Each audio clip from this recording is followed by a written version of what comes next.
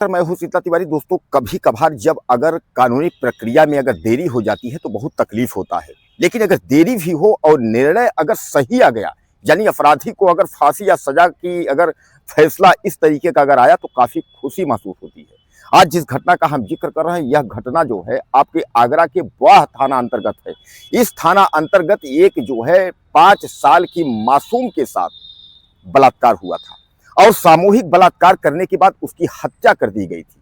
हालांकि वह जो है बाहर खेल रही थी और उसी समय खेलते समय जो है उसी का रिश्तेदार अमित नाम का युवक उसको उठाकर ले जाता है और बाद में जो है उसके साथ सामूहिक दुष्कर्म करता है, उसकी हत्या कर देता है। पिता से रंगदारी यानी वसूली यानी पैसा मांगता है। पिता पैसा वक्त पर नहीं पहुंचा पाते हैं और बाद में पता चलता है कि उसकी बच्ची यानी जो बच्ची 5 साल की मासूम है उसकी जो है लाश मिलती है। अब वह मामला 19 महीना जो है पुराना है। यह 19 महीने पुराने मामले को देखते हुए प्रशासन के हाथ पांव जो है फूल गए। हालांकि उसके बाद जो है तुरंत कार्रवाई हुई। अब 19 महीने के बाद जाकर के उस व्यक्ति को फांसी की सजा हुई, यानी उन दोनों को फांसी की सजा हुई। अब प्रशासन जो है, जो जेलर है, जो जेल के लोग हैं, वह देख रहे हैं कि उनके जो हालात हैं, उनके जो चाल चलन है, उनके जो खाने पीने का जो सुटेबल है, जो कुछ स्थिति है, सब कुछ बदलाव है। क्योंकि अब वह दरिंदे जो है वह गिड़गिड़ा रहे हैं। वह दरिंदे समझ रहे हैं कि अब हम जो है हमको फांसी हो जाएगा। अब जो है अब वो अपनी जान की भीख मांग रहे हैं। अब वह कह रहे हैं अपनी माँ से मिलना चाहता हूँ, अपने गर्लफ्रेंड से मिलना चाहता हूँ। यानी चूंकि जो जेलर का मैनुअल होता है, आपको तो पता है कि जेलर का मैनुअल है कि आपकी आखिरी इच्छा पूछी जाती है। अगर आखिरी इच्छा जो है करने लायक है तो कोशिश किया जाता है जेलर मैनुअल द्वारा कि वह पूरी कराई जाए। तो अब इनकी आखिरी इच्छा की जो है बातें हो रही हैं और जेल प्रशासन इनके रहन सहन पर ध्यान दे रहा है। इनका फिटनेस, सब कुछ, इनका खाना पीना, सारी व्यवस्था पर जेल प्रशासन, जब तक इनको फांसी नहीं हो जाती तब तक इनको जो है इन पर ध्यान दिया जा रहा है। दोस्तों, 19 महीने पहले की घटना है। आगरा का वाह थाना है, उसके अंतर्गत एक गांव है। उस गांव में एक अपने ही मतलब जिस बच्ची है उसी बच्ची का रिश्तेदार अमित है और अमित जो है फरेरा निवासी है और होलीपुरा निवासी जो है निखिल है। यानी ये दोनों युवक जो है गुजरते हैं। उसके बाद जो है यह दोनों देखते हैं तो तमाम बच्चे खेल रहे हैं और बच्चे जो है खेल के घर चले जाते हैं। इस बच्ची को यह लोग उठा ले जाते हैं और उठाने के बाद जो है यह उसके घर पर टेलीफोन करके उसके पिता को बोलते हैं कि 6 लाख रुपए जो है हमको चाहिए, वसूली, रंगदारी। 6 लाख रुपए आप देंगे तब आपकी बच्ची हमारे कब्जे में है। यानी एक तरीके से अपहरण का केस इसमें है कि अपहरण करके ये लोग ले जाते हैं और 6 लाख रुपए जो है, हालांकि 6 लाख रुपए उन्होंने बंदोबस्त करने की बात कही, लेकिन उन्होंने कहा कि हमारी बच्ची से बात कराइए। इन लोगों ने कहा बच्ची आपकी बेहोश है, जबकि बच्ची के साथ ये जो दरिंदे थे यह बच्ची के साथ दुष्कर्म कर चुके थे और दुष्कर्म ही नहीं, अप्राकृतिक दुष्कर्म। अब आप समझ रहे होंगे, यानी जो अप्राकृतिक होता है वह भी प्राकृतिक अप्राकृतिक दोनों तरीके से उस बच्ची को दुष्कर्म करके उसकी हत्या कर दी। उसकी जान चली गई और जब जान चली गई तो उसके बाद जो है उसको एक सरसों के खेत में 1 किलोमीटर दूर वहां यह फेंक करके उसके बाद यह फरार हो जाते हैं। फरार होने पर उसके बाद जो है लड़की के पिता ने FIR दर्ज कराई। पुलिस जो है मौके पर वहां गई पूछताछ के लिए। उसके बाद जो है इन्होंने संदेहात्मक तरीके से, हालांकि FIR दर्ज किया था, बाद में जब फिरौती और रंगदारी की बात आई तो इन्होंने अमित और निखिल इन दोनों नामों को जो है जोड़ा और उसके बाद जो है पुलिस इन दोनों को गिरफ्तार की। जब पुलिस ने इन दोनों को गिरफ्तार की तो इन दोनों ने जो है बता दिया कि हाँ, हमने जो है इस तरीके का कार्य जो है हमने किया है।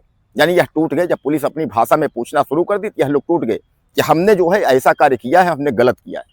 अब पुलिस इनको जो है उस मामले में मुकदमा चल रहा था। 19 महीने जब बीते तो 19 महीने के बाद जो है अब जाकर के इनको फांसी की सजा हुई है।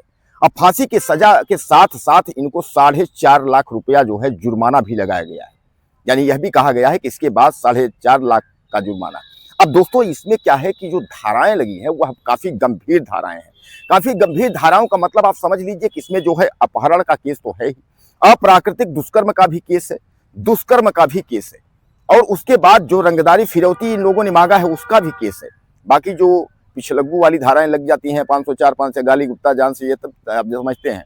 यानी इन सब गंभीर धाराओं में और सब में जो है आप समझ लीजिए कि पास्को एक्ट के तहत, यानी जैसा जानते हैं मासूम बच्चा था, पास्को एक्ट भी लगा है, उसके तहत जो है सब में इनको जो है फांसी उम्र कैद की सजा है। यानी इनको छूटने का कोई जो है चांस ही नहीं है। अब इसके ऊपर जो है, हालांकि जहां से फांसी हुआ है वहां से उसके ऊपर ऑप्शन है कि हाई कोर्ट या उसके अलावा जो है सुप्रीम कोर्ट या इस तरीके से यह दावा कर सकते हैं। लेकिन जिस जज ने इसको फांसी दिया, उस जज ने कहा कि यह जो है तो ये जानवर हैं, इनको जो है किसी भी स्थिति में यह माफ करने लायक योग्य नहीं है, न सामान्य धारा में सामान्य सजा देने लायक नहीं है। इसलिए कि इन्होंने जो है जिस तरीके से जो है उस मासूम बच्ची के साथ इन्होंने अप्राकृतिक दुष्कर्म करते हुए उसकी हत्या की है और वसूली के लिए इन्होंने जो है मांग की है, यह काफी जो है खतरनाक और काफी जो है यह गलत कार्य है, जो कि समाज में यह रहने लायक यह नहीं है। दोस्तों, कुल मिलाकर के समझ लीजिए, वहां यह कहा गया कि वह बच्ची, अब उसको क्या पता था कि जो है कि अपने ही रिश्तेदार जो है इस तरीके का कर देंगे। बच्ची जो है हर बच्चों के साथ खेलने गई थी बाहर और सब बच्चे अपने अपने घर चले गए और यह बच्ची घर नहीं लौटी, तो उसके बाद घर वाले जो है परेशान हुए। अब उनको क्या पता था कि यह दरिंदे अपने ही रिश्तेदार जो है उस बच्ची को उठा ले गए और उसके बाद जो है जब मुआवजा की फिरौती यानी इन लोगों ने मांगी अपहरण करके बच्ची का, तब उसके बाद जो है तो घर वालों का रूह जो है कांप गया और लोगों ने कहा कि भैया हम आपको पैसा देंगे, हमारी बेटी से आप बात कराइए। लेकिन लोगों ने बेटी से बात नहीं कराया। बेटी इसलिए नहीं करा कि यह लोग बेटी को मार चुके थे। यानी बेटी, छोटा सा बच्चा, कहाँ वो दुष्कर्म और सामूहिक दुष्कर्म, प्राकृतिक दुष्कर्म कहाँ झेल पाएगा। यानी उसके साथ जिस तरीके से इस तरीके के लोगों ने इतने गंभीर तरह से घटना को अंजाम दिया है, तो आप समझ लीजिए उसी तरह इनको जो है फांसी के फंदे तक जो है जज ने पहुंचा दिया।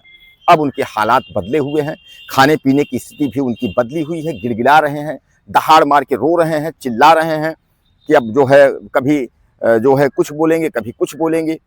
यानी हालांकि वह अभी जेल में ही है, जेल में उनकी पूरी व्यवस्था उनकी देखी जा रही है। जब तक उनको फांसी नहीं हो जाता है तब तक उनको जो है प्रशासनिक व्यवस्था में वह रहेंगे ताकि देखरेख उनकी होती रहे।